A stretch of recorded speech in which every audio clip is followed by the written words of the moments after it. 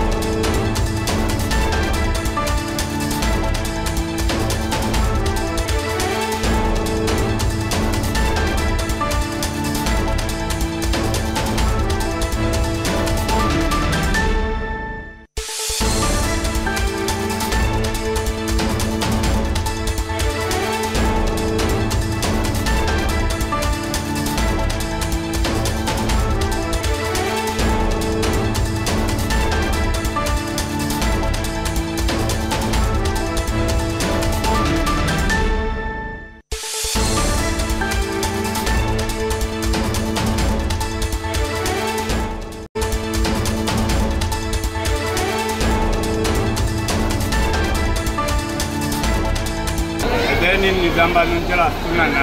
ఇక్కడ జగిత్యాల బస్ దిగగానే నరాల హాస్పిటల్ కాడికి తీసుకపోతున్న మమ్మీని.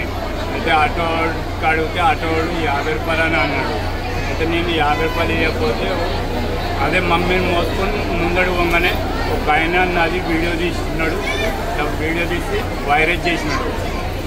సంజయబాబు వచ్చి ఎమ్మెల్యే సంజయబాబు ఎమ్మెల్యే సార్ మా బాబు మా అంతర్గాం ద్వారా ఆ కార్ మాకు కార్ ఇచ్చి జగిత్యాల బస్టాండ్కి పంపించినాడు.